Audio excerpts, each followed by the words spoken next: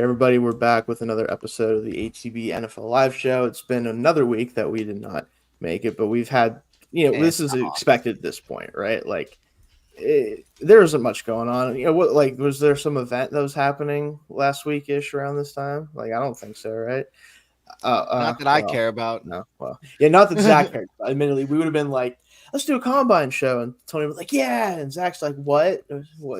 I would have to. It would take quite a bit of research. We have a show dedicated to better draft analysis. So you go check it out. Shayne, plug yourself here. Yes, absolutely. So tomorrow specifically, and hopefully every Sunday. I missed it last Sunday, but we made it up on Thursday. We do have a draft show here with ATB, the Around the Draft. Great name, right? What else would it be called? That's what I was telling everybody.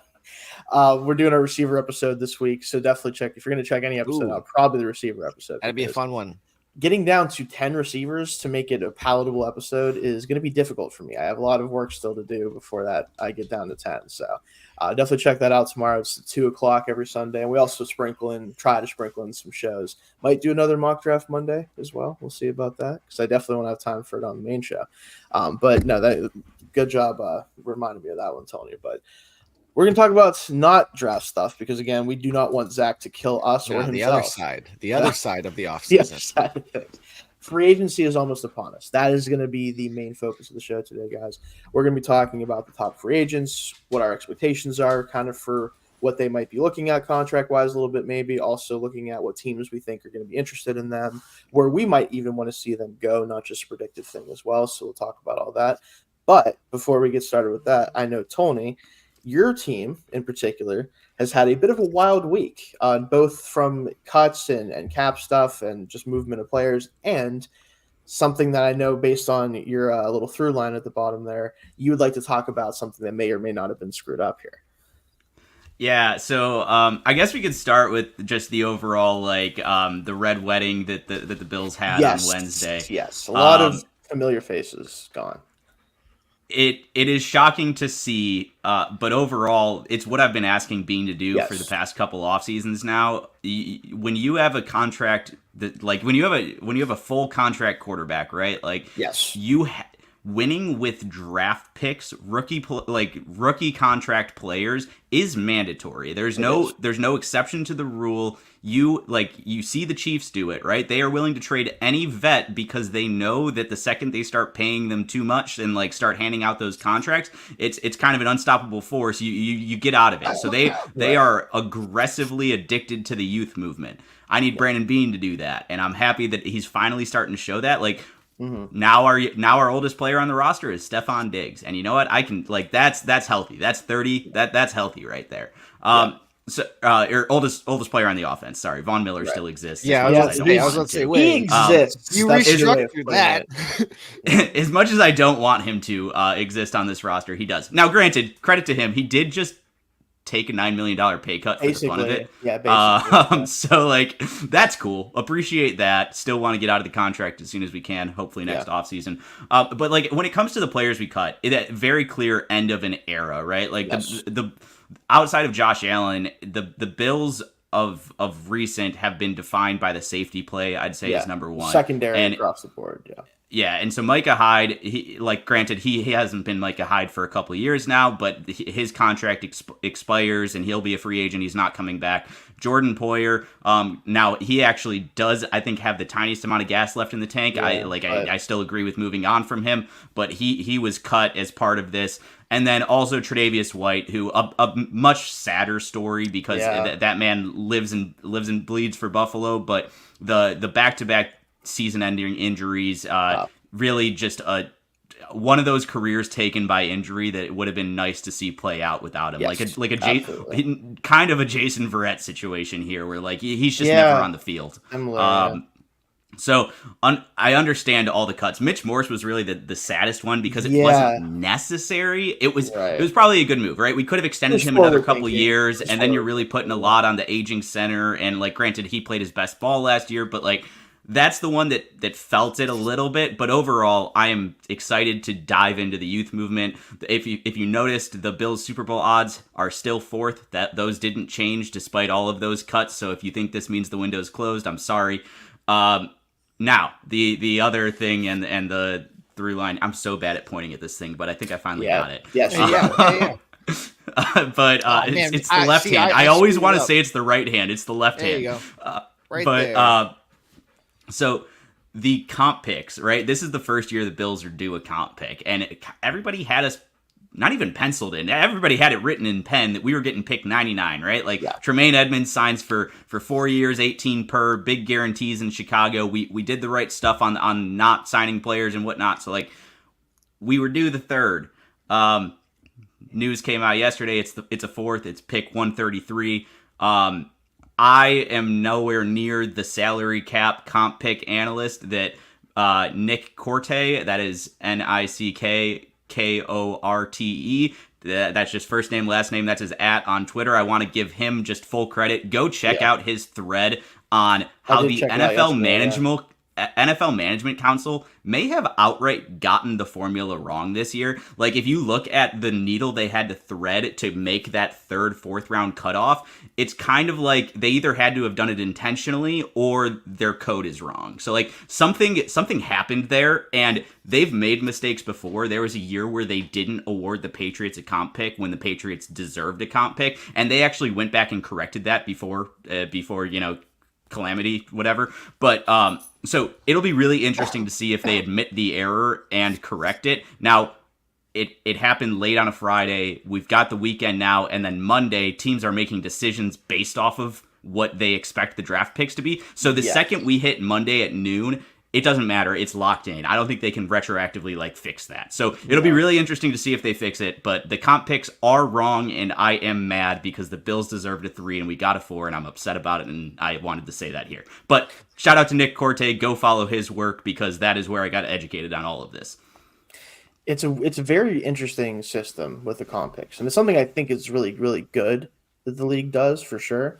But because there's not a lot of transparency about what exactly goes into it, and it takes guys like him doing the research and kind of breaking it down and looking at the numbers, it's something that a lot of fans just don't think about a lot. I don't think. I always pay attention to when guys are signing, how much money do they spend? How much money is going out to other teams? Because I'm curious, that might mean they're going to, I think about stuff like that, but I don't blame other people if they don't, because it's just, there's enough things to think about if you're an NFL fan. But it is something it matters, right? If you guys go from 134 was it, or 133 to 99? 133 and 99 were the two picks that are. So that's a full round of draft picks difference. The amount of players that you could get at 99 is vastly different than what's going to be at 133. Especially for a team. Kiss my Javon Baker dreams away. Exactly, right? The amount of players that could be impacts in that range that you might not be able to get at 133 could be the difference in how things go for you guys next year. It sounds a little bit whatever, but it's true. Imagine for some reason the Rams pick in the 5th round was later and they didn't get Nakua or something or whatever. Who knows, right? You don't know what their season looks like. So I do hope they fix it, and I do hope that if there's any other comp picks, I think you mentioned the Niners might also have a grievance. Yeah, the Niners also got screwed. Yeah, granted, their cupboard of comp picks was a little bit a little bigger, ours. So it's probably less of an issue. But it's still I hope they fix it. Yeah, I hope they fix it. But as far as the Bills stuff go, outside of that, all the cuts again, I get it. The Morse one, I'm hoping my team benefits from, but he did leave the building, which sucks. But we'll see if he goes I know he's visiting with the Jaguars next, so we'll see how that goes. But in general, I get where they're coming from. You do not want to become the Saints. You do not want to become this team that's let's just be pretty good all the time and never bad and never actually good. Well, speaking of the Saints, have you guys seen the stuff that's been going on with them this week? Oh, yeah. Well, that's been hysterical because that is the Bills coming due. I will be honest though, I don't quite understand why Michael Thomas is this mad, because his contract was literally set up to work this way.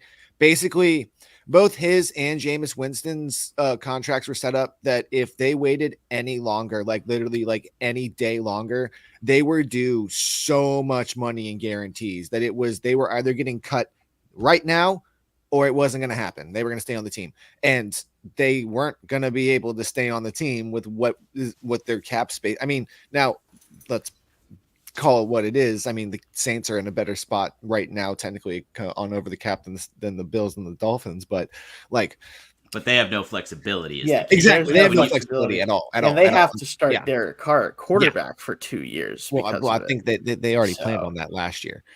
Well, maybe they planned on it, but I don't know if they saw enough last year to want to do that. Yeah, it's they had a very interesting week with the aftermath of their cuts and moves. Yeah, Michael Thomas should not be surprised about any of this. Let's just be honest. I saw somebody quote tweet Michael Thomas and say he finally found a slant he didn't like, and I laughed for minutes. Yeah, that was good. That's good. There's some brilliant minds out there, you know. The Slant Boy tweets were an elite time period on Twitter for NFL Twitter, like the Slant Boy stuff. There's every other day it was like something about Michael Thomas not actually playing football, and it's just all right. Like it's pretty funny. Yeah, I'd feel worse for Michael Thomas if he wasn't a jackass most of the time that I've seen him like talk. Like it's just I care less about that. Like obviously, wish he could play. He was a good player whenever he was able to play, but like. Don't really care what he's got going on at this point. Anyway, let's move on to free agency talk. So we have here, let me throw it up here for you guys. So we have the NFL.com's top 101, I think specifically, which I always find is funny. They do 101 free agents that currently, so this is updated as of yesterday. So I think everyone that is relevant should be in here. So it's taken out like franchise tag guys and extension guys, all that stuff. So this should be the list as of hopefully for the sake of other teams Monday. All these guys are available for the new league year. So we're going to talk about some of the top guys, of course, first here, guys, just kind of thoughts on like, you know, what we're expecting with them, that type of stuff, what we're hoping to see maybe if we're, you know, maybe from our team's perspective or from just the NFL's perspective for the best outcomes for the sport. But let's talk about our number one guy here, Chris Jones.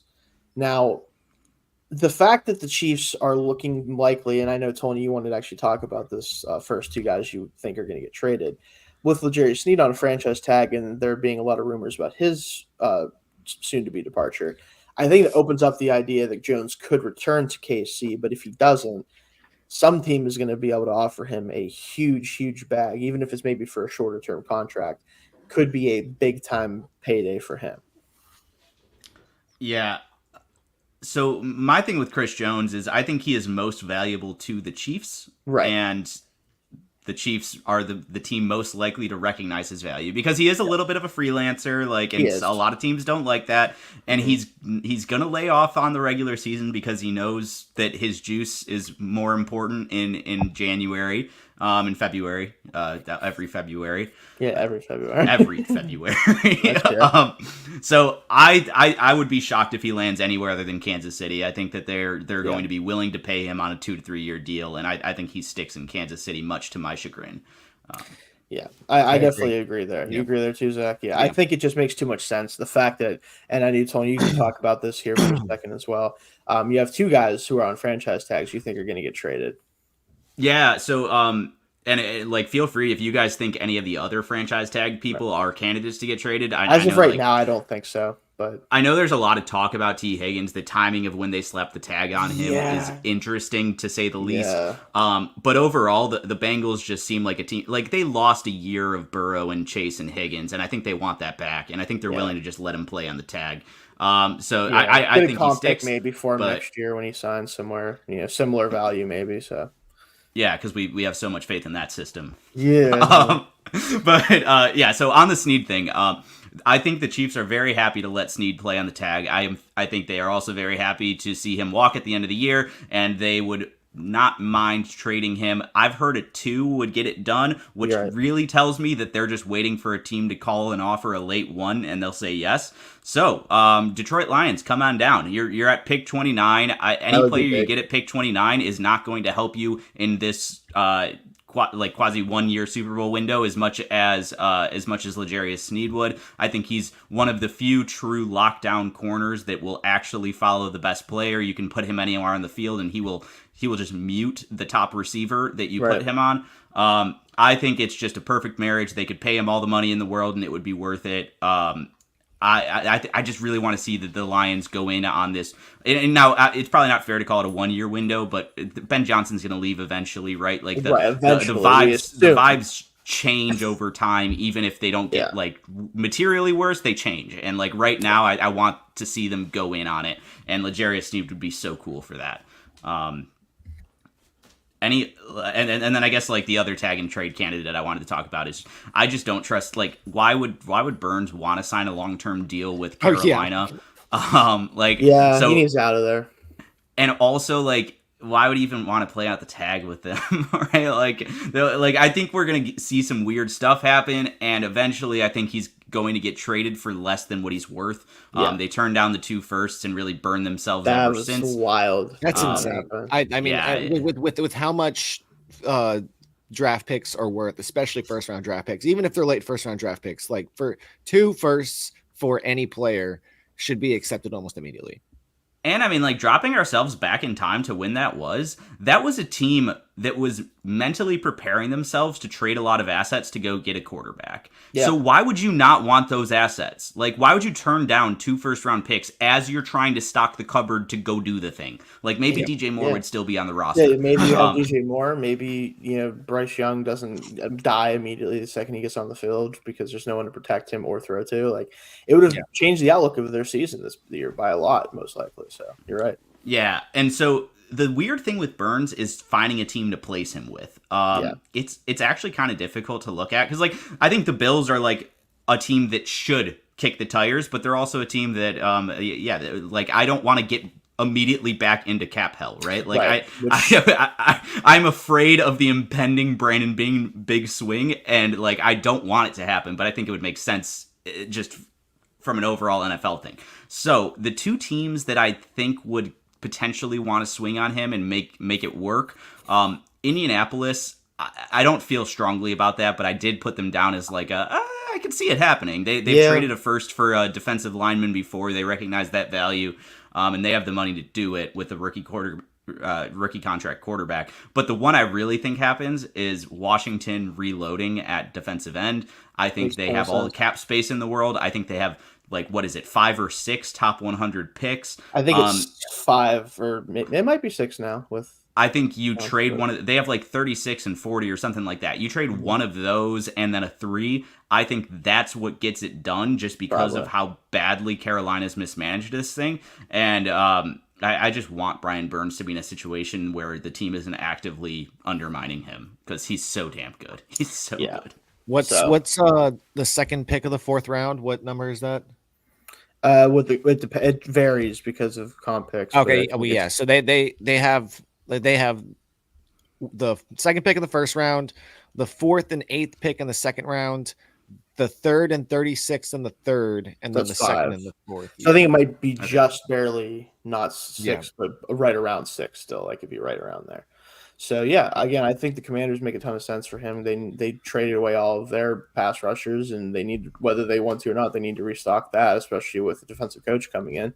You don't want to have no pass rushers available to them. So, maybe they look for that in the draft and after their first pick, or maybe they look in free agency. But still, getting Burns is about as good as it is pick 101. Right. That's what. Damn. So that's cruel. Basically, 6 top 100-ish picks. That's ridiculous. That is insane. That's actually very funny. That is that. But so, although it could go up a couple more if they add those correct compensatory picks. So. True. Yeah, that's true. Yeah.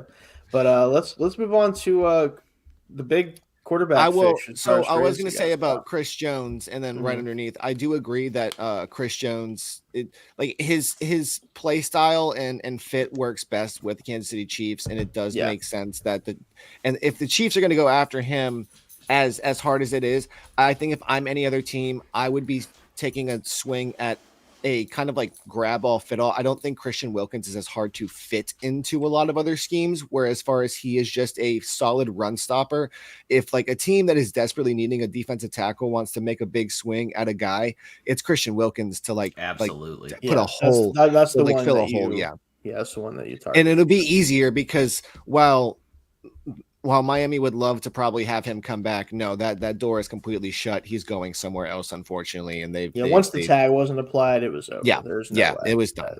Yeah. So, but all right, let's talk. But about let's go to Kirk. Yeah, let's talk about Kirk Cousins here, because I personally still think at this point that he goes back to Minnesota. I think that there's a really good reason for both of those parties, both Minnesota and him, to do so.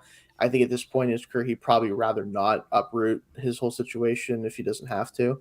I think it just comes down to what Minnesota wants the contract to be, because I think he wants to still get paid appropriately, and do the Vikings also think that he's worth that at this point, coming off an Achilles injury, being a 36-year-old quarterback. I'm not as worried about that with a guy like him who already doesn't really move around a ton, so it's not as big of a concern for me. But I think that's what it comes down to: is does a team like the Falcons, do they heavily pursue him? Do they try to throw him the bag to a certain degree? Do they promise him more than the Vikings can do? Like, that's kind of the two teams I'm focusing on with him. But do you guys have any other thoughts on that situation with him? Kirk's hard because, like, one, this is one of the most elite bag chasers in the history of football. elite yeah. bag chaser. Hall of Fame, cash them checks. Like Hall Yes. of Famer. So in that regard, so for that's sure. where I tend to like. Yes, he was playing fantastic football. However, when it comes down to it, in the moments where he is needed most, when the lights are brightest, he vanishes. he vanishes. No, it's not. And that is absolutely something that needs to be addressed. And like, the Minnesota makes a lot of sense. I hear a lot of people say Atlanta. However, I think there's two other quarterbacks that would fit much better in Atlanta than Kirk Cousins for one price tag. And well, maybe not price tag. One won't. It would be almost the same. But the other one is I think would be a lot better. But I just don't see the fit of Kirk Cousins in Atlanta, as far as, like you're saying, uprooting, but also like it would be weirder than Matt Ryan in Atlanta. Like it would just be completely opposite of like what the team is like. It's a very weird bridge to gap.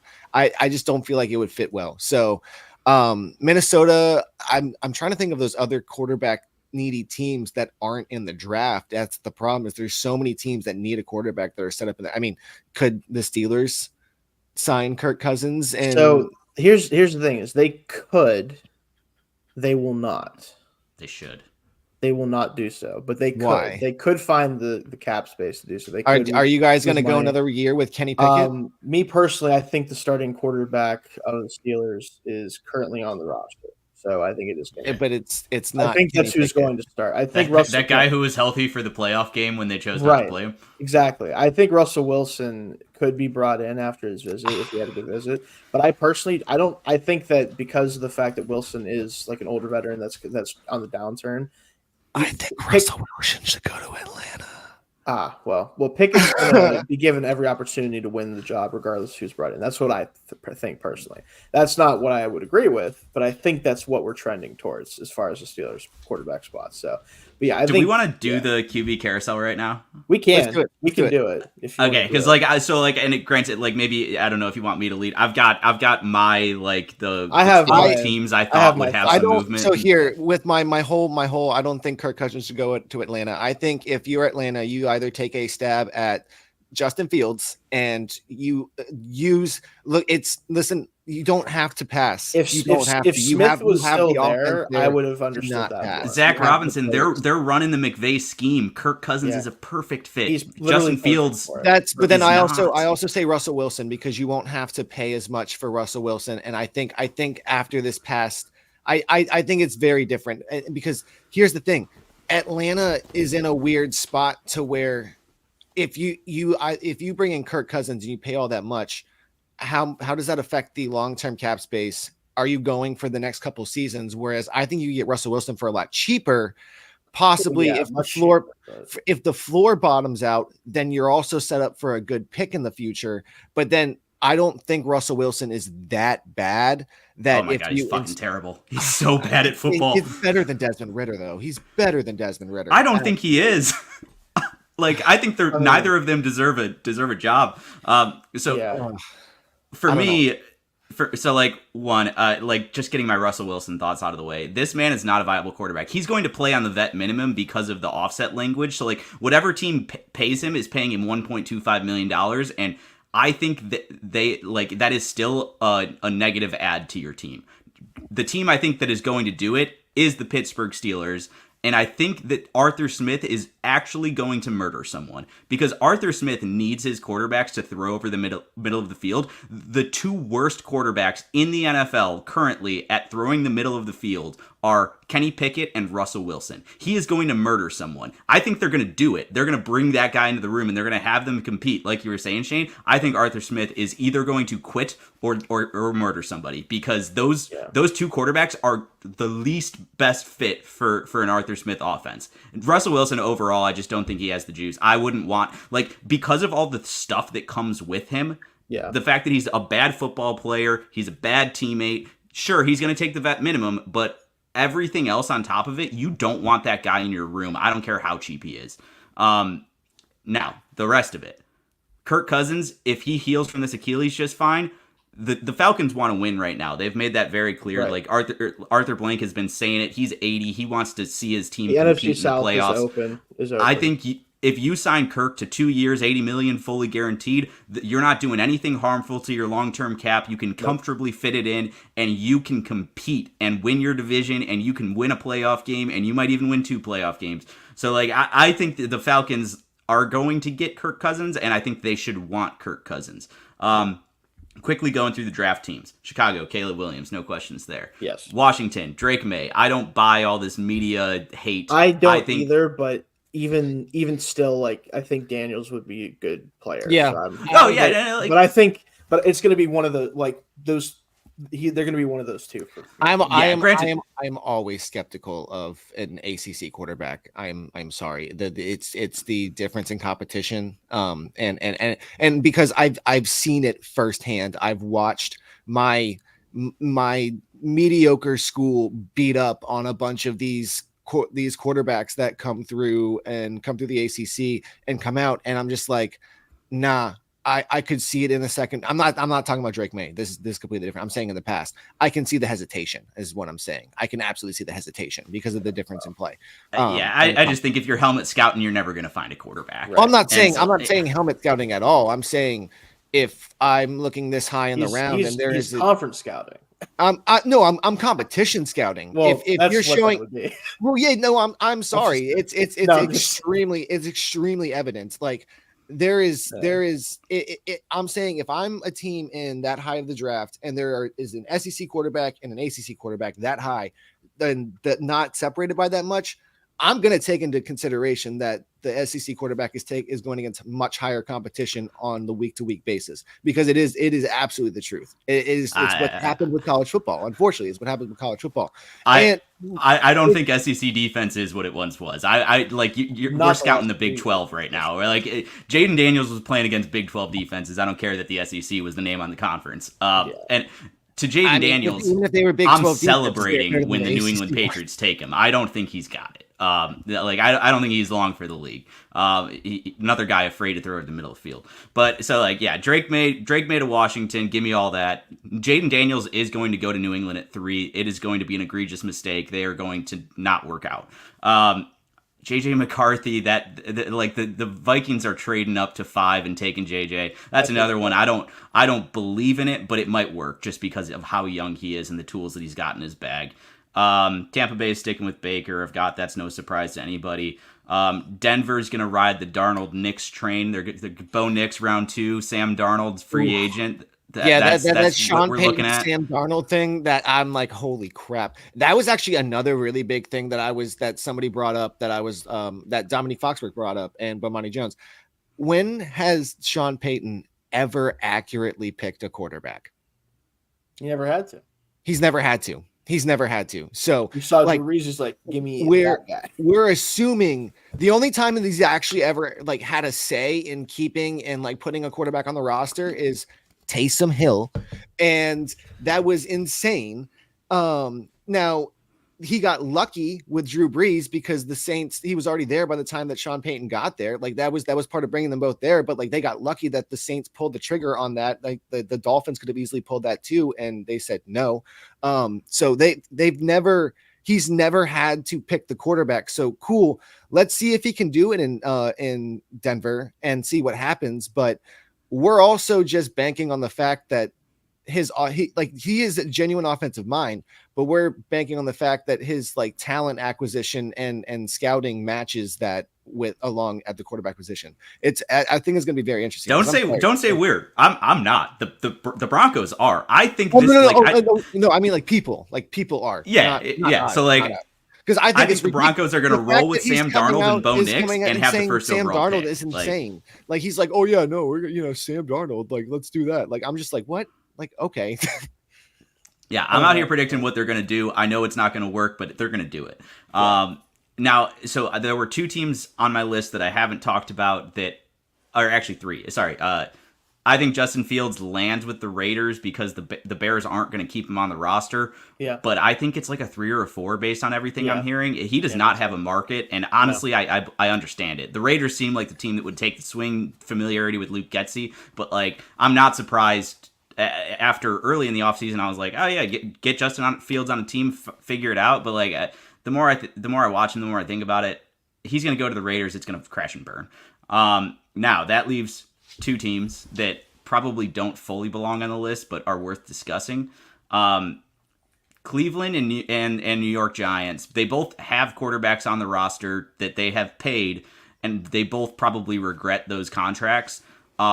I think this is the offseason they bring in someone to compete at some varying level. So for the Cleveland Browns, they obviously can't swing too hard because like you are still cap committed to Watson. So even if you get a guy to beat him out, like it has to be a cheap guy. I think this is where Mac Jones lands. I don't think like because right, it's just going to take like a 6th round pick. Another shot. Because I think that causes problems. And Joe Flacco played some of the worst football I've ever seen last year. It just worked. It like sometimes you don't have to be good to make it work. And like he was just chucking it up and hoping and praying and we saw it crash and burn in the playoffs. Screw it, Amari Cooper's down there somewhere. But yeah, no, it's gonna be. I think it's gonna be the Mac Jones, Deshaun Watson. Who would you never want to be alone in a room with? Competition at quarterback. And then for the Giants, and this is probably better served up on your show, Shayne. I think that Spencer Rattler in round 2 is coming in and taking Danny Dimes' job. Ooh, I like that. That would be cool. I like that. That would be so Rattler's the guy. I like his tools with Brian Dable. He got his comeuppance, and I'm excited to see him come into the NFL. He has turned his image around very nicely, and I'm ready to see he did a good job in South Carolina, kind of rebuilding his image. And I will say, like, he's definitely a guy that I like a lot. He's quarterback 7 for me, which is in this class is not bad. No, not at all. I know that Felix has him at 4 actually in this class, which again we talked through. Don't blame him. I get it.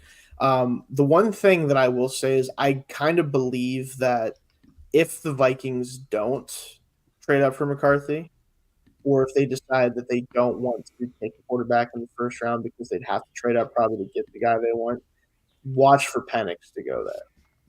In that offense with the receivers they have and the fact that they have good bookend tackles, especially to protect him, he could have a really good time there with the way his arm, like the strength of his arm, the way that he can push the ball down the field with Jefferson, like the way Odunze and him work together, where he could kind of just give him opportunities to make plays with the football.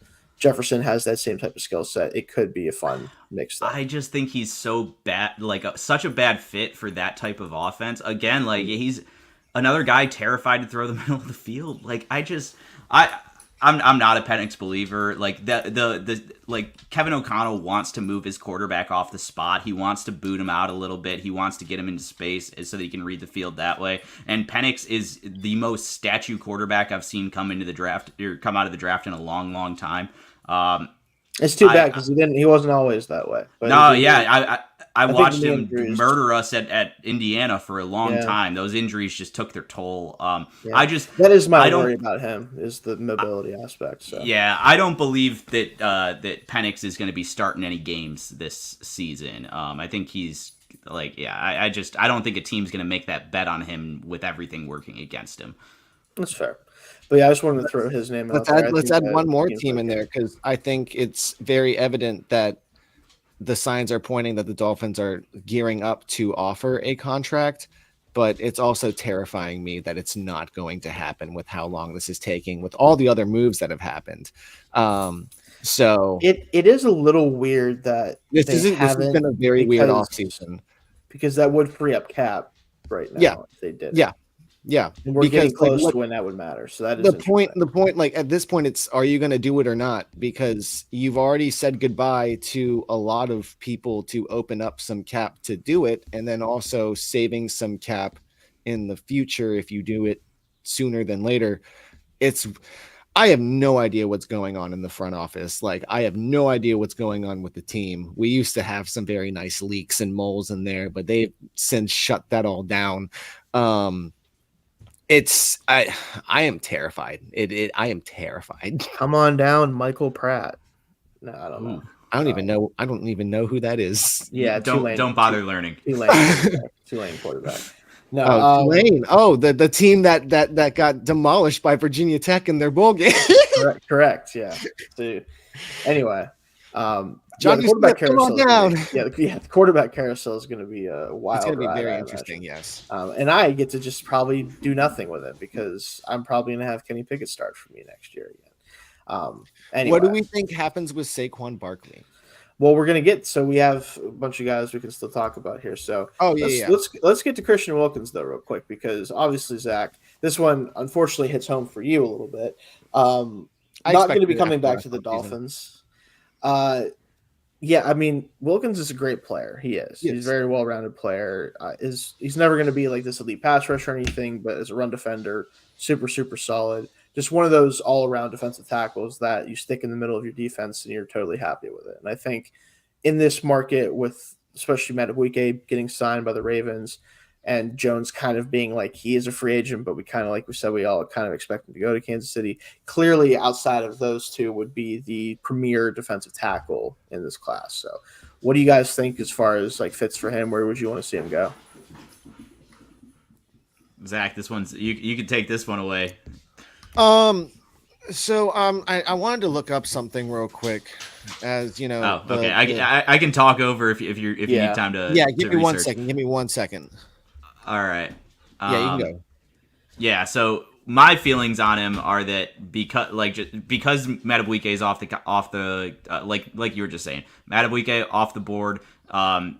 Chris Jones kind of penciling him into the Chiefs. He's the big ticket. And he's the guy that everybody's going to want. He's an excellent run defender, and he's growing into the pass rush side of it. He had a career high. They mentioned 61 pressures this past year. So it sets a really interesting, exciting floor for him, and I think there's still a lot of untapped potential. Like he's a guy who maybe in 2 years is sniffing that best defensive tackle in the league conversation.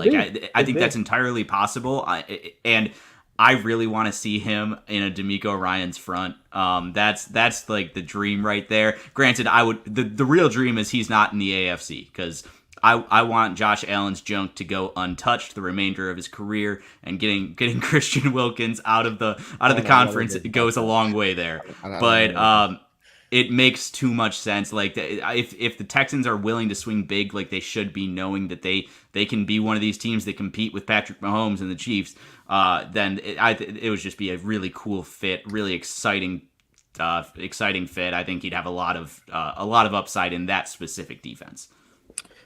Yeah, I'll let you go, Zach, if you're ready to go. I think they would. They make a lot of sense. I also think another team that, given their cap space and what they could do, and if they were wanting to take a swing, I think Washington, depending on what happens with the rest of their interior defensive line, if they don't want to, there was a lot of talk about other people on that line that they were willing to part ways with, and they want to move on from some other guys and fill in and make the big swing on Christian Wilkins to be the whole, the rock, because when they were talking about trading Sweat and Young. They all Allen and Payne were also in that conversation. Well, Payne's contract probably makes it. Payne's contract makes it harder, but if they want to move on from Allen as well and just go ahead and give the big contract to Christian Wilkins, they have the money. And I think that they've shown that they're willing to, at least the ownership group and now a new front office and head coach. They've shown that they're willing to move on from all of the past regimes, players, and anybody that was there. that could be a defining signing to start. And now I know that a lot of Washington fans will get very, very scared with the idea of having a big defensive lineman signing. Might give them thoughts of Albert Hainsworth again, but I don't think this is nearly the same situation. They would take $12 million in dead money this year if they were to trade Allen. Trading, so like I think that's within reason. If that's like if they want to get younger, if they want to change the voices in the room, that's doable. Now Deron Payne, that number goes up to 22.4. Yeah, so it's probably a bit prohibitive. But Allen.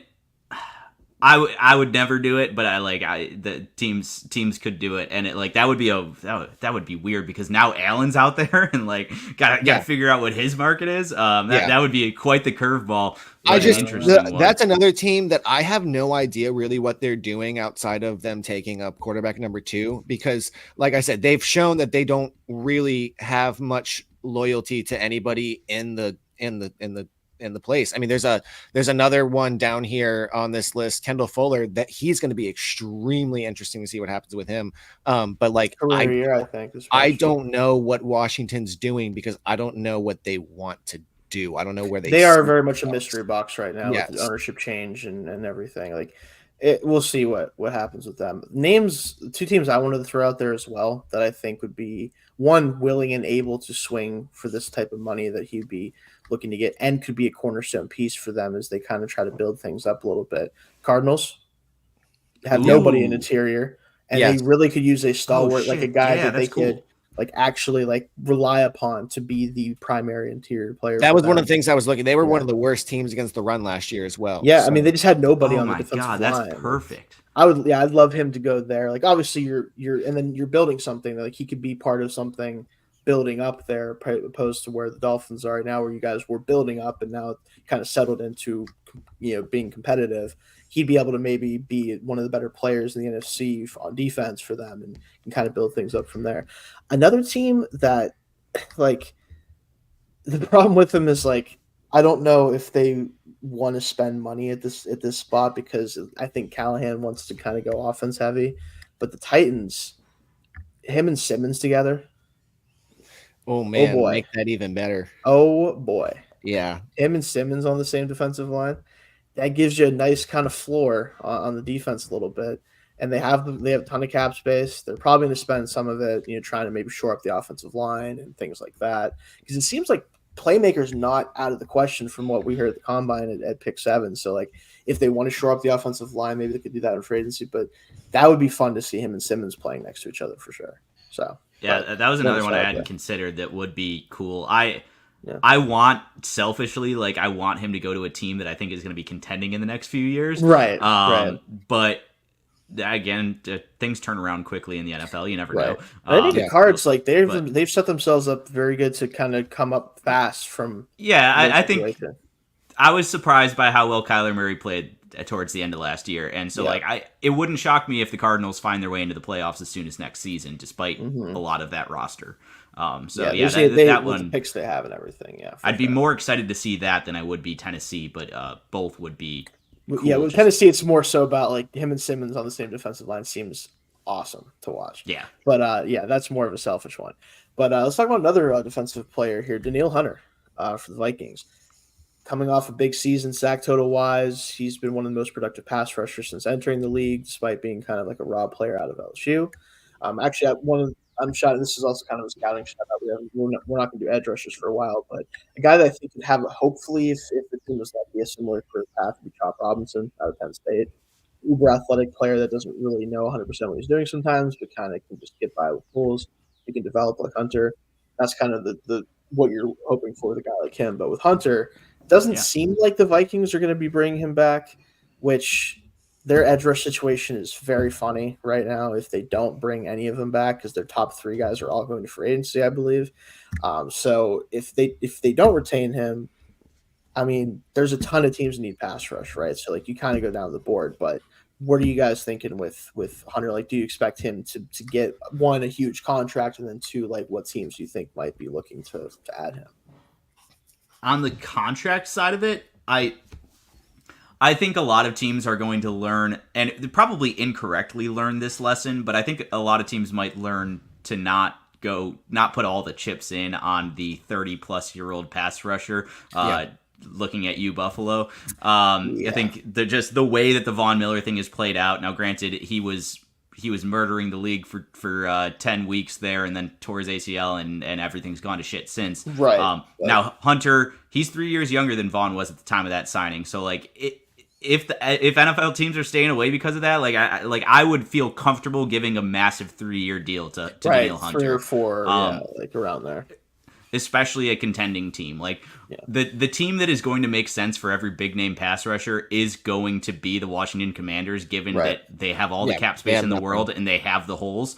But Danielle Hunter, like, the next 3 years are the most important years of his career, kind of in a way. And I don't want him to just go waste away on a team that is at best going to be slowly gaining steam with a rookie quarterback, right? Like, another guy I want on a contender, which limits options because not a lot of contenders have a ton of cap space. I think like the Rams are a sneaky, really fun destination. I was going to bring them up. They've got the money. They've got young pass rushers that showed some juice, but like Byron Young out of Tennessee, 3rd-round pick. Like, hell yeah, he looked great rookie year, but you want somebody real on the other side there. It would help him a lot. Yeah. I think that would probably be my favorite fit. But there are a lot of just any contender that can make the room. That's another great one. Yeah, absolutely. Great. I would prefer they just keep Jonathan Bernard. But if they don't, this would be a cool fit. So yeah, just one of those types of teams where like their 3-year outlook is that they can contend for a championship and they have the wiggle room. Yeah, go sign yourself a Danielle Hunter. I think he's going to do it for you. Someone that I would hate for this to happen, but I think now that you say that Jonathan Grenard is just 27, you're keeping the age thing is like a non-issue for sure. The team that I don't think they're going to do, it's just not what they do, right? But they could do it, especially because it looks like they're going to let their premier interior player go to free agency. They have cap flexibility right now, although it might not be that way in a couple of years, depending on how their contract goes with their top receiver. The Bengals could use another pass rusher, a big-time pass rusher. They took Murphy last year, but he is kind of a guy that I think still needs time. Yeah. Hubbard is a great edge setter, but he's not a great pass rusher. Hendrickson is getting up there as well. He's getting older, but he's still been excellent, especially last year.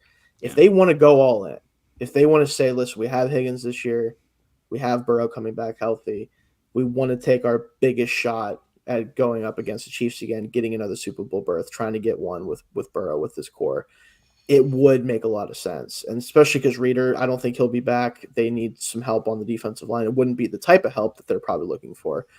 But if you're going to be weak somewhere, as much as it's tough to be weak against the run in the AFC North, I think that they can get away with it if they have enough juice in the pass rush department. So, name to think about. I don't expect them to do it because it's not what they do. They don't like to give out big contracts and free agency generally. But I hope they don't. But it would make some sense to me at least. But yeah, and I think they've been changing their methodology as they realize how much of a contender they are. Like, right. Even signing Trey Hendrickson when they did was kind of out of the norm for them. Yeah, and so I wouldn't be surprised if they convinced themselves this is a swing worth taking. I personally obviously hate it. But as I'm sure you do, Shayne. Yes, I would also hate it. But I felt like I needed to point it out. It felt like it would be something that would make sense. Yeah, they're a team that I always have a blind spot for in terms of like placing the marquee free agents. But it's tough for them. If they want to swing, they can make it happen, and that would be a scary add to that defense for sure. For sure. The only other team I want to throw out before we talk about some of the other guys here, I could see Seattle. Yeah, that's Matt Maffei had a good year, but he's not number one. Yeah, Uchenna Nwosu, don't know what he's going to be coming off the injury. Donald, I'm sure would love to have a premier pass rusher opposite of the younger guys for sure. Granted, that really screws my that's my Jared Verse landing in most of my mock drafts, so that kind of screws me up there. But I have him as a Saint a lot of the time. He feels like their type, but actually good. Like I could see myself getting carried down this rabbit hole, and for Zach's sake, I'm not going to let myself respond. I'm just throwing that out there. Anyway. Let's move on to Tyron Smith. Now, he weirdly enough, which I didn't expect to be talking about him, I didn't think he was going to be leaving the Cowboys, but apparently he is. Very shocking. And this is a very this is shades of Terran Armstead. Yeah, It's a very difficult decision for a lot of teams because personally, like as a team that should be looking at somebody like Tyron Smith, please no. I have zero. Yeah, y'all need to do. Need to get a guy who's going to play 17 games. And that's like, look, I like congratulations to him, 13 games and All Pro 2. That's fantastic. But like, you cannot ignore the fact that 13 games is a season high since 2016. He's only played 13 games a season. And then the last 3 years, he's had 2 games in 2020, 11 games in 2021, 4 games in 2022. So if you're a team that is desperate for offensive line help and needs the name looks sexy, the name looks awesome, and like it's going to cost a lot of money, but it's not worth the chance that you don't get him for a good quarter chunk of the season because that's just going to screw everything. And like I said, as a Dolphins fan, I saw it happen exactly what Terran Armstead. The man is amazing. He can stand up to so much. He was great when he was playing, but he wasn't available for a lot of the time. So, and that's the most important thing, especially in offensive line, is availability. Yeah. Yeah, Tyron Smith is a Kansas City Chief, as much as I hate to admit it. Right. That's kind of what I was thinking too. Is he wants to? I'm sure he wants to go win somewhere. The Cowboys have not been able to do that while he's been there. The Chiefs, if it's not the Chiefs, I think one of the Bengals, the Chiefs, and maybe I think the Jets. That's where like they just need to spend. They need to somebody Rodgers. to be in one of the spots, and I think they go a little Tyron Smith, Talise Fulaga. Like that's your bookends. That's a good. Yeah, you have AVT who could play tackle if Smith goes down at least, so you could play him there. Like you have some, like they're not as concerned about if he misses 5-6 games because they have somebody who is a flex player. Yeah. Like that would make a lot of sense, but it feels like he's a Chief though. Yeah, it feels like he's a Chief. Get Donovan Smith the hell out of there. It's pretty much what I was. I mean, Juwan Taylor's not much better, but at least like he's younger, I guess. I don't know. Anyway, that feels like what's going to happen with him. Saquon, we need to talk about him for sure. Yeah, man, this is a tough conversation because running back, man, like It's tough. I don't know if it's that tough. I'm in favor of I think some of the running backs this offseason should actually get paid like 10 to 20 $12 million. They should. Yeah. I disagree with Saquon being the highest ranked running back on this list though. Who else is available? I would happily do it with Josh Jacobs. I think okay. I know what I'm going to get out of him. I know he can tote it 30 times if I need to. I've seen Robert Hunt before I've seen Josh Jacobs. Which Robert Hunt accurately ranked. They just not respecting Josh Jacobs enough. 27. If I am going to be there are a lot of teams that I think just because of all the where the cap is going, knowing that defenses are getting smaller, seeing games like last year, you saw the Bills just run it 31 times on the Cowboys to ice them.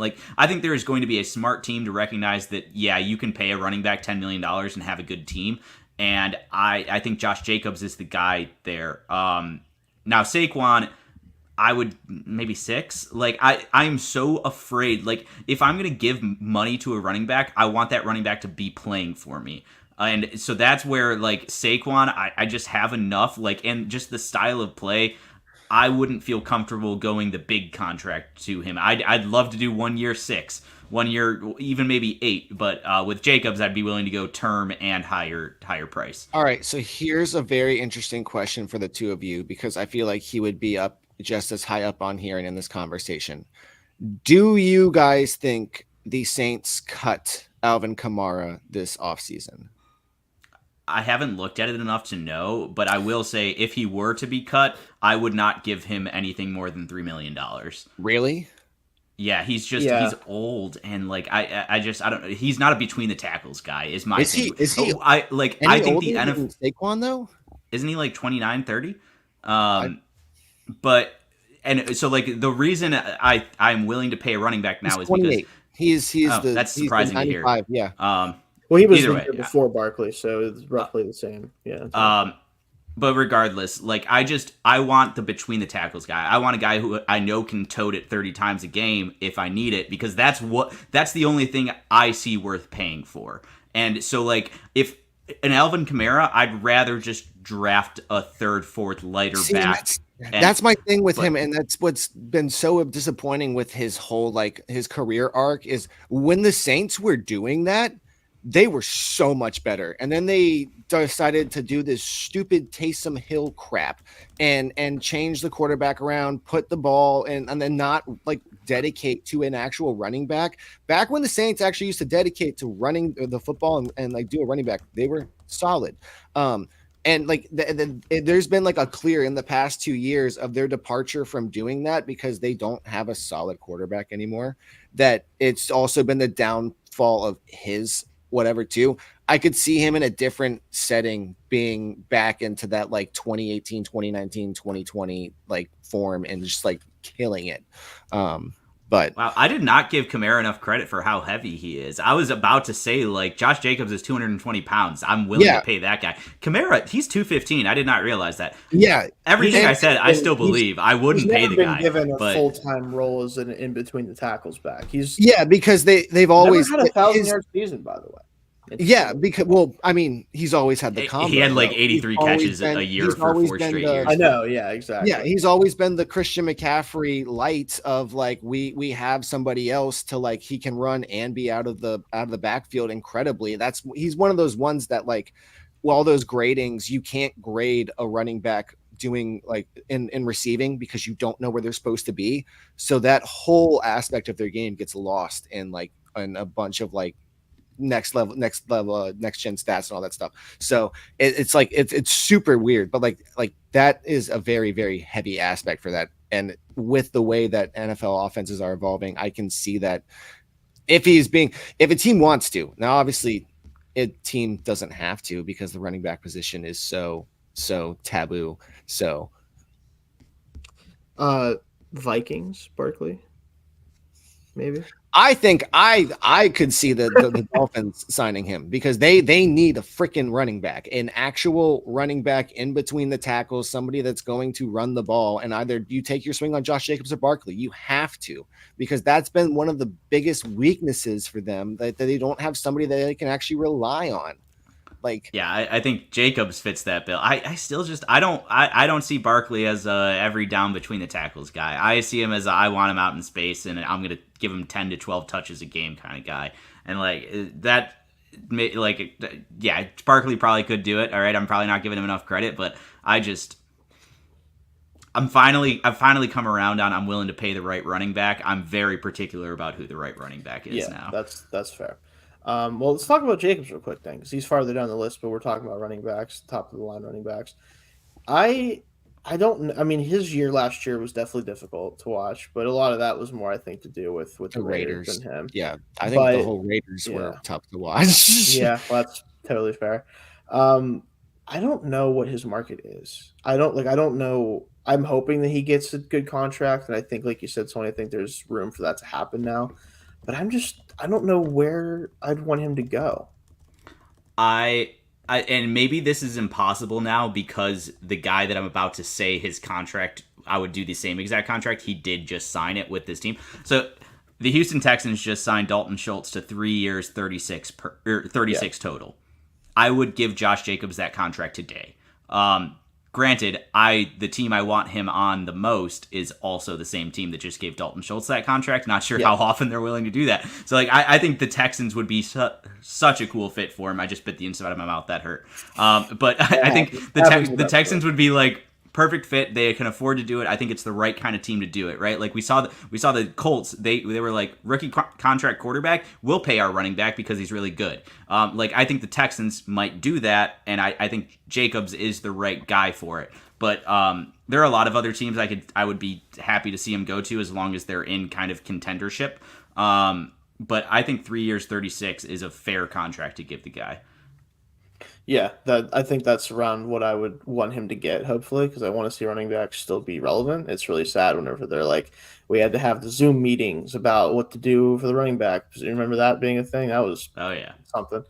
Yeah, I mean with Jacobs, I think it's pretty simple. It's like if the Raiders don't want to retain him, I think it's like just what team is willing to pay him, what he's kind of looking for, and if there is none, then just who is willing to offer him what he thinks is the best deal for himself. So I do think he's going to try to sign something in 3-4 years, hopefully, and try to do the 1 year thing or anything like that. But especially because he's coming off his worst fiscal season in terms of like yards per carry and stuff like that. But I don't think teams care about that much, like especially with the way that the Raiders played. While we're talking about running backs, Derrick Henry and Tony Pollard. Yeah, we should probably talk about them too. Derrick Henry is a damn Raven if I've ever seen one. Really? In my opinion, which makes me very sad because Henry can still play, and they sniffed around him during the trade deadline. Which that scared me when that was the talk. I'm like, what the hell? It's like, oh shit. But with the running back injuries they get every year, they just need somebody. Like I know he's had a couple times where he's been banged up, but like they need to reinforce that room if nothing else. And like not much better reinforcements than freaking Derrick Henry running down the track.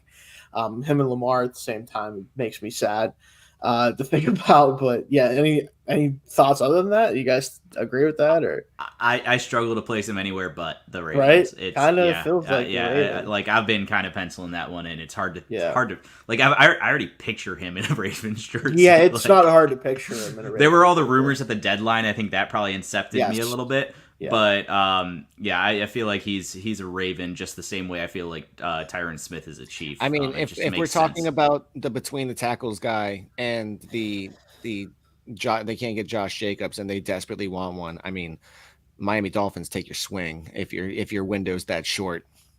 Devon Achane one play and Derrick Henry the next is really funny. It's really people want to go light against the Dolphins. Go light against the Dolphins and Derrick Henry comes marching out. Yeah, that'd be pretty scary. Yeah, I mean, look, like I said, the biggest thing holding them back last season on offense was the nothing from the tight end position because I'm sorry, Durham Smythe's a great blocker, but you also have to have some sort of like addition to the offensive like playmaking. And then Mostert and Achane were great, but once the league found out that it's just fast, it's just outside, they can't really do much and run through the middle with their messed up offensive line, they don't have the physical presence to just fight through it. They haven't had that for years since Jay Ajayi's bowed gate has gone down the field. So like they need some big presence, especially if they're not going to invest in the offensive line. They need somebody who has the physical traits to bust through and get through coverage. And it's got to be somebody with how short the window is, because it's now or never right now. They don't have the ability to mess around and wait. That's fair. Yeah, it'd be interesting for sure. Jonathan Grenard. I think I definitely wanted to see him stay with the Texans. If he doesn't, just pretty much any pass rush needy team, pencil them in as an option for them. Again, with the edge rushers, it's pretty much like, do they want to compete or do they want to get the bag? If you're Grenard, I'm getting the bag if the Texans don't want to give it to me. But that means probably Commanders. Like that would make a ton of sense. If he does hit the open market, that is like that feels just right because he's still young and Bears maybe like, 2 to pair with Sweat if they don't want to take one at 9. That'd be very fun. I think the Bears are weird because I want to give them an edge rusher in free agency just so they don't have to think about it in the draft. But 9 is kind of the sweet spot to get the first guy. So it's like, and not even that. Just like once you're already paying one guy a ton of money, it's hard. It does suck to pay another one a lot of money too. But like, so that's my thing is I want to give them one so they don't have to kind of like take one early, but also it might be a good thing to take one at 9. So like I don't know, it's tough, but I could see them maybe wanting to do that. But I still think Commanders is kind of the team you look at here probably. If it's not, it'll be interesting. Do you guys think he because market rate for a pass rusher is 30 plus now, right? So where in the hierarchy of that do we think Jonathan Grenard falls? Because my first gut reaction was like, like 17 per, but no, I think it's probably closer to like 27 per if he hits the open market, and that feels too rich for me. But just I was thinking like 25, maybe like a 4-year 100, something like that, 375. maybe a little lighter on guarantees than maybe other guys, just because it's been up and down for him. Like, yeah, I don't know. I could stomach that. I Yeah. think. Yeah, I don't know. It's tough because like all I'll say is I like the Highsmith deal more and more. That's all I'm gonna say. Yeah, great contract there. Yeah, all I'm gonna say there, but whatever. Anyway, let me see here. I find it interesting that Calvin Ridley is the first wide receiver on this list. Man, it's a dry list. It's dry. It is. Scroll down. Gabe Davis is number 3 on it. Yeah, once it's Marquise Brown, which like whatever. Is Jacoby Brissett a more attractive free agent quarterback option than Baker Mayfield? No. Well, maybe cost wise. Maybe if you're doing the cost analysis, cost adjusted. But like, no. I mean, yeah. Now I guess that's also the assumption that Baker just stays with Tampa, and that's what they're going to roll with. But that is funny seeing them together. Yeah. I would also, by the way, I've talked about this. I'd love Brissett on the Steelers if we're going to go the retread route. Like, because I'm pretty confident Brissett can play quarterback. You know what I mean? Like, I don't know about Russell Wilson. Who has he been with at this point? Browns, Dolphins, Colts, Patriots, and Commanders. I think that's all of them. Maybe. I think so. I hate that I know that, but yeah, it's probably. I think. Right. Patriots, Colts, Dolphins, Browns, Commanders. Oh, yeah. Did I say Browns? Yeah, Browns. Yeah. Yeah. Which Browns would have loved to. I know that Flacco kind of gave him the weird jolt, but they would have loved to keep him around. I think personally, they would have had a better postseason outlook if Jacoby Brissett were their quarterback. It's so upsetting that. It's so upsetting that he played literally his worst season with the Dolphins, and we have like the worst opinion of it. Yeah, it's like, man, maybe it's just you guys. I mean, when you don't have an, it's like that one Terrell Owens season when he was in Buffalo, and it's just dude. like that one Chad Ochocinco season when he was in Miami, that one Brandon Marshall season when he was in Miami, that one. God, let me keep going. I'm trying to think of other ones. No, I'm not going to do that. Good old one-hit wonder. A very interesting one with age and everything on, and with the class. What do you think happens with Chase Young? Because his market is shot. He's at 25. I don't know what to do with him. Yeah. Because even the change of scenery from Washington to San Francisco did him no favors. He was actually probably worse. I heard some funny run snaps. I will say that. I heard more 49ers fans complain to me about Chase Young, and more Washington fans look at 49ers fans and be like, "Hey, thanks for taking him off our hands. We appreciate it." Like that was like one of the funnier things, because I was like, "Yo, I really hope that like he's played somewhat better this season. At the beginning of this season, he was looking like it was going to turn around a little bit, but if you're like, you can't give him a massive contract. Like, he hasn't done anything to deserve it. So like, what do you? I think he goes 1 year, 10 million at a team that promises they're going to use him, right? Like, Minnesota Vikings, right? Like 1 year, 10 million. Let Brian Flores let you cook. Like, you're not going to have the same run fit responsibilities. He's gonna let you play with your hair on fire a little bit, and if you can't make it work there, then you're like, I think he's firmly on the Jadeveon Clowney path now, right? Yeah. Like he's just gonna keep on signing 1 year flyers until he has a breakout year at age 31 with the Baltimore Ravens. Like that is going to happen. Actually, Chase Young is going to be a low-key Baltimore Raven in his age 30 season, and he's going to break out. Which is crazy. Could be a fit now because Clowney probably completely wants agree. To get a bag, a small bag from someone. It's so wild to think about those two specifically with and like comparing them and what they're gonna have to do, because like for Clowney, it wasn't like I don't necessarily remember his college season, but I remember him breaking out because of that hit. Like that, it was like, oh man, his sophomore season was excellent. His junior season, I know, was not as good. Whereas Chase Young was billed as like the premier talent of his class, and like I feel like it's kind of a slight to Chase Young that he's gotten to this point. Whereas like, okay, yeah, you know what, Jadeveon Clowney, he like he was in South Carolina. Like this is how he got in the NFL. That's how he got in the NFL. But like, it's kind of disappointing to see that this is where Chase Young has gotten because he was supposed to be. He just didn't develop Yeah. as a pass rusher the way you'd want. Like he doesn't have the ability to counter off of his power and stuff. Like, and unfortunately, that's what happens with a lot of college pass rushers. If you don't develop a solid set of counters to what you do best, and when guys can handle it, it makes it really hard to be consistent. Right? It just is. Are you subtweeting Chop Robinson right now? A little bit. He's a guy that, like, honestly, I want him to be great, and I think there's going to be like every 4 weeks he's going to play a tackle that simply can't stay with him, and it's going to work. But the other three out of those 4 weeks, he probably won't do anything early on, so it's going to be fun. Yeah, he's another guy you're just hoping he learns how to play football at some point in his life. Yes, because all the tools pretty much, yeah, elite athlete, which Penn State, no surprise. Let's rapid fire some of these. Calvin Ridley, Jaguar or not Jaguar? To Jaguar, to not. To Jaguar, to not. Or to not Jaguar. I could see him coming back at maybe a lesser price because I don't think the wide receiver one experiment worked. Panther.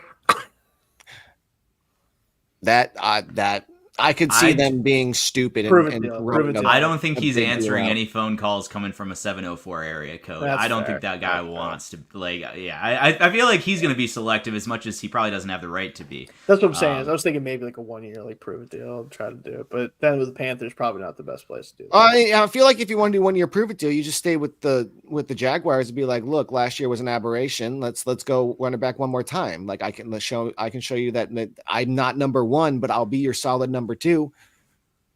Yeah, I do think the Jaguars make the most sense for him like just after everything that's transpired. It was also really, a make it break it season for them. Yeah, just really bad year to be a receiver in free agency because the draft is just elite, chock full of really great looking prospects, and like you can pay Calvin Ridley 2 years 18 per, which is probably the stupid money that some team would give him, or I could draft somebody like Ricky Pearsall in the second round and hope Lad McCollum. Like. I think I'd feel better hoping than I would signing Calvin Ridley. It's a double barrel shotgun right now for them because not only is it like a weak market, but then also, and then the wide receiver class is so great, but there's also so many other players that are going to be drafted highly that those high name wide receivers are still going to be available later in the first round and early in the second round. All that stuff that a team that needs it, that can afford to wait, is going to wait and take it later. Whereas they don't, like you just said, Tony, they don't have to. It's a weird combo of the quarterbacks in the draft being so plentiful and the wide receivers being so plentiful and other positions not being as depth. So those are going to have to go high. That I think a lot of wide receivers, not necessarily because they're not good, but they're going to fall overall in positional because of the value of other positions in this draft. I don't know if Ridley is keen on taking this risk, but it almost feels like he'd be better served waiting until after the draft, and whatever team feels as though they did not do enough at the position can then go and give him that contract.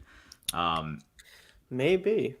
I don't know if that's a smart risk on his part, but like we've talked about 29 years old and there's so many we've talked about him signing or them signing Chris Jones, and obviously that would take up a lot of cap space. But if they had the cap space, do you think that the Chiefs take a shot to bring him in to be somebody they could possibly get for a little bit cheaper? I don't know. They kicked the tires on Nuke. They kicked the tires on what's his face?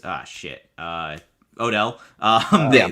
They were rumored to be about to aggressively pursue Mike Evans. Like I think the Chiefs are making that phone call. And then it just depends on how low is Ridley willing to go to play with Patrick Mahomes. He should another inconsistent hands receiver though might make Patrick Mahomes like jump off the break. I think before he gets to the hands part, he just wants his receivers to play. Not he wants his receivers to like run a route, Yeah. I think that's prereq one. Part. He can do that part. He'll get open, and then if he starts dropping it, I mean, what's new? At least that's he's fair. open. I guess that's fair. I don't know much about Onwenu, so I can't speak of where he would be going and what the fit would be. I don't think like there's a lot of tackles out there like in this market where it's just there's enough questions about them where it's like I don't see a big deal. Like Onwenu's got the versatility, right? He can play 4 spots for you, but are you going to pay him tackle money or are you going to pay him guard like money? Guard Which money. guard money? Dotson just got 16 million per. Yeah, So. he earned that shit too. He did, and I hate myself a little bit, but it's okay. Our interior is good, so I don't care. But no. Yeah, I just think that any team that would be in the market for giving Onwenu big money would also just talk themselves into why not Josh Jones, at 30% of the price. Like I just think there's so I actually think that the free agent tackle market is a little bit suppressed because there's just similarly there's a lot of names and there's a great draft class.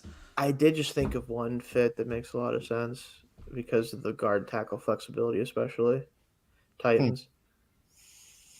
Yeah, no, that does make sense, right? Like, give me the dart throw offensive lineman with Bill Callahan every day of the week. Honestly, at the top of this, I could just be saying Miami Dolphins every single time too, because any addition to the Miami Dolphins offensive line from the Patriots. But don't even act like that would be a problem. The amount of players they poached from us. Poach them from the Patriots. That was honestly players stay in division. There's familiarity there. That was honestly something I was going to suggest for Christian Wilkins was him going to the Patriots, but him and Barmore. That goes against I want him to be on a contender. And I know, I know. But I don't want him to have access to Josh Allen's jump twice a Belichick's year. not there anymore, so it doesn't. It's not as attractive anymore because that's what I would want the pairing to be. Would be him and Belichick, but. Yeah. What about CJG? I wanted to talk about Leonard Williams. True. This guy they make a very good point in this of how much the Seahawks gave up to get him in the middle of the season. Yeah. If he doesn't come back, tough. Yeah, I think he's a Seahawk. They've done this before. John Schneider has done this before. Like, I'm not assigning this to Pete Carroll because he's not in the building anymore. But John Schneider has done this before where if he trades premier assets for a player who doesn't even work out that well, he feels compelled to pay the guy. And like looking at you, Jimmy Graham, looking at you, obviously the Jamal Adams one. There's a history here. Jadeveon Clowney was another one. I forgot that's his first stop out of Houston. So like it just feels very much like they are going to get the deal done with Williams, and maybe it's a shorter deal, just 2-3 years. Structure it like the Geno thing where you can get out after 2, but he feels like a Seahawk to me. If not, could he be poached by a division rival, Cardinals, if they don't go after a Wilkins or something like that? I'd also like that. Yes, he could. I would like that. I'm sure they would.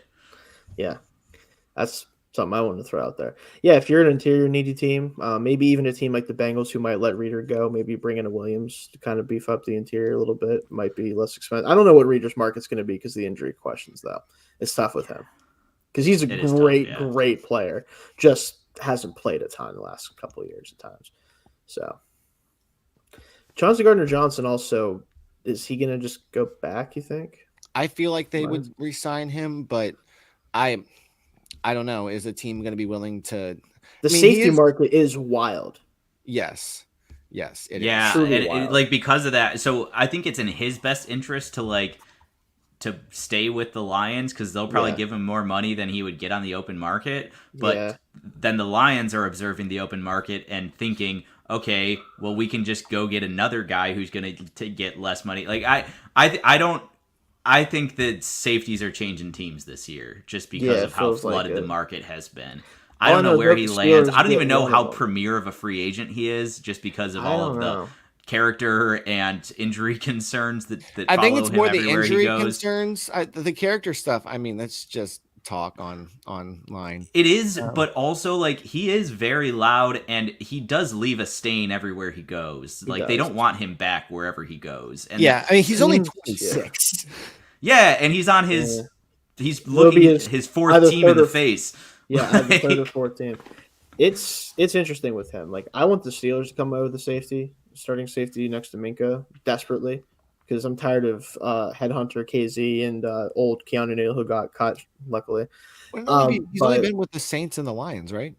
Saints, Lions, and Eagles. I forgot about the Eagles. Okay. Yeah, had like 6 picks and poofed and out. they let him walk. They Get out said of good here. riddance. They did not want him back at all. Yeah, I think the Saints thing was a money thing. They didn't have the ability to sign him. Yeah, Oh, I don't think if the Saints was a fractured relationship. Yeah, if they could have kept him, they could have kept him, but they couldn't.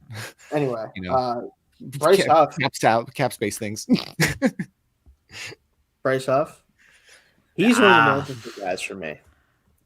I like some team is going to hand him a bag. Based off of Twitter, it sounds like it's the Eagles, because they're shopping Hassan Reddick and Josh Sweat, and they just extended Brandon Graham 1 year. Like I think they are the Bryce Huff team. I do not believe in Bryce Huff one bit at the price tag that I assume he's going to command. Right, like some team is going to pay him like a true number 1, number 2 edge defender. He is a DPR, right? Like Josh Uche is the same way. I'm not crossing the $13 million threshold because he's not playing more than 40% of the snaps. And not only is he not playing more than 40% of the snaps, but the way the Jets deployed him, he was only ever playing when he knew he could just go get the quarterback. Like, just go get the quarterback. That's all he was ever asked to do. He doesn't have the rest of the package, right? And so when it comes to paying a guy on the open market like that, no, thank you. If he crosses $13 million per, it is a bad investment. And yeah, sure, maybe it works out, sure, but those aren't the players that I want to bet on. Yeah, I will say before we get to Fuller real quick, I know Zach wants to touch on him, and then he has to peace out for. We might call it unless you wanted to continue talking about players. No, I'm good. Yeah. So, but with Huff, I do think the thing that's interesting with him is, like you said, is a team going to sign him and then play him in a role that he shouldn't be playing?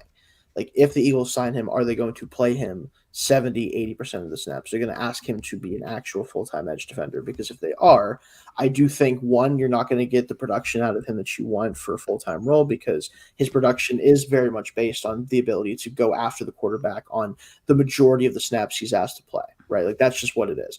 And that role is super valuable. It's super nice to have somebody who can have the production he has at the snap rate he gets.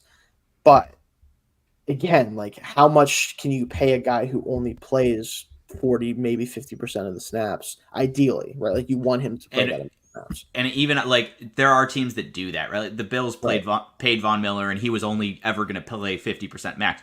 But if you have to hand pick the snaps to put him out there for, that's where I think it's a problem. If you give him 40% because you got a deep rotation, but you can throw him out there on any down and he's going to make an impact, I'm willing to pay a bit more for that. But the fact that you have to hand pick when to deploy him, that makes him a no-go on a big contract for me.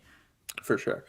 Yeah, it's tough. But let's talk about Kendall Fuller real quick, because Zach wanted to touch on him. So yeah. I think Washington, that's the one player that they need to retain on defense, specifically because of how much he means to one Virginia Tech guy. So in-state. He's I forget exactly where they're from, but they're also from, like, their family is from Virginia as well.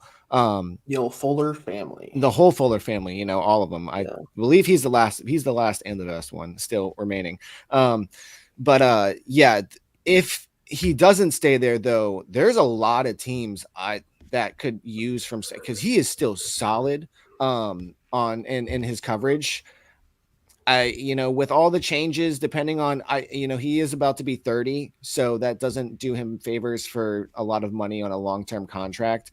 But a team that needs some help in their secondary, because of what they're giving away, like Miami, if he's not looking for a long-term, like, big money contract, that's solid coverage in your secondary while you're waiting for Cam Smith or some of these other guys to develop into what you're wanting. So it's gonna be interesting to see what happens if he doesn't stay with Washington. He would be a solid investment for pretty much any team in their secondary. Yeah, I'd say he's the most reliable and exciting cornerback out there. Yeah.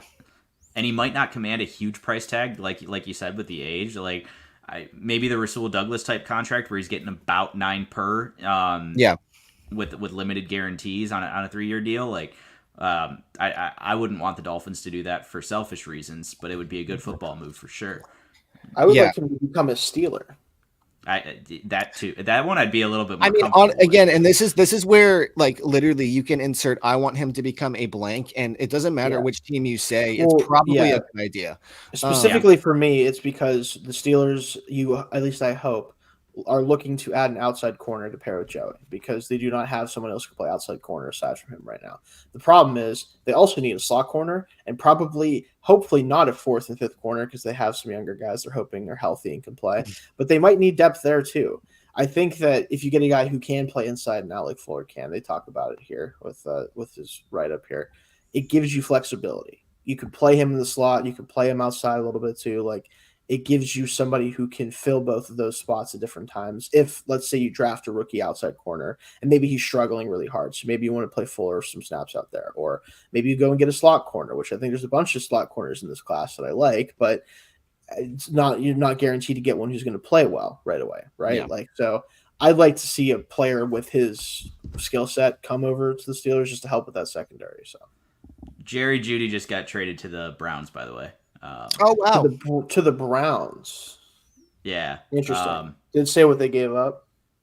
For 2 draft picks, it doesn't say which ones they are. I'd assume like a 4th and a 6th. Yeah, so late picks probably. Because he's on a 1-year, $10 million deal, right? The 5th year option was cheap because he hasn't done anything in his career. And then so it's a 1-year, $10 million tryout for a 4th and a 6th. Again, just guessing on those draft picks. But that's interesting. That's interesting. Yeah. Wow. Yeah.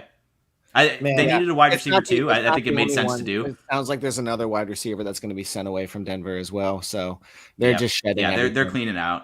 I also saw during this show, Deontay Johnson, they're open to offers.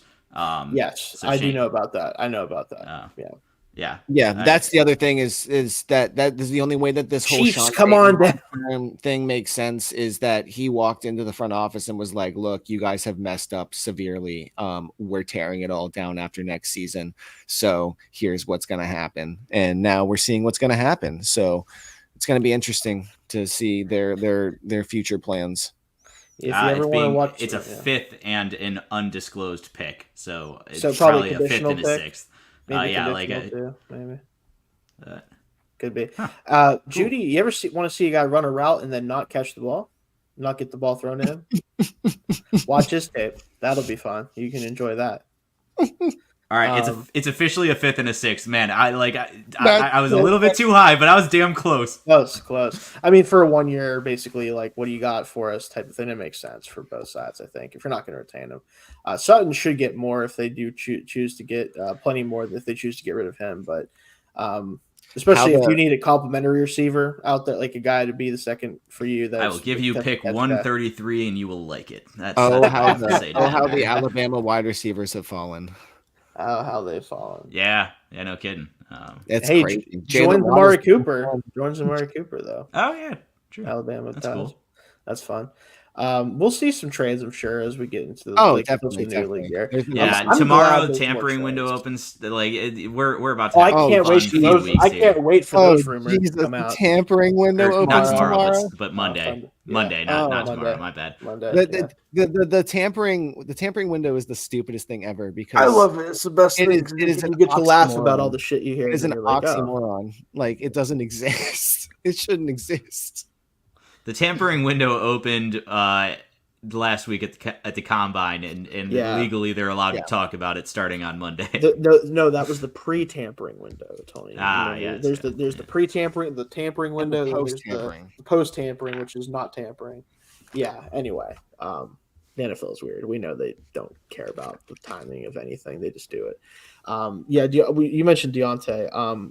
Here's the thing with him, right? Is I like Deontay a lot whenever he is healthy. He's target, like, he can just fill up targets. He's going to be open a lot of the time. The hands are usually good until the 7th game of the year, and he catches none of the 7 passes thrown to him, and then his drop rate looks bad. And it's like, dude, just don't have that one game, and you're probably all right. But he could be valuable to a team that actually can throw the football. So maybe as long as someone trades for him that can throw the football, probably going to work out okay. That's all I have to say about that. But anything else you guys want to touch on before we get out of here? Nah, I think we're good. All right. Well, if that's the case, talked about a lot of top free agents. Obviously can't go over all of these guys in one episode, even as crazy as we are sometimes with it, where you can't do that.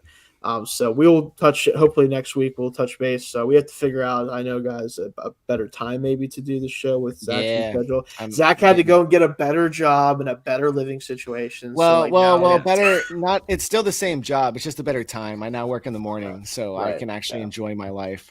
There you go. Fair enough. Yeah. But I worked my last overnight 2 nights ago, probably for the foreseeable future after 4 years. So, congrats. That's exciting. Love to see it, but we'll figure that out. But we will be back hopefully next week at some point with you guys, talking about anything that happens with the initial free agency waves, talking about anything that we get from that. But that'll do it for us this week, guys. Thanks for joining me, fellas. We'll talk to you next week. See you guys soon.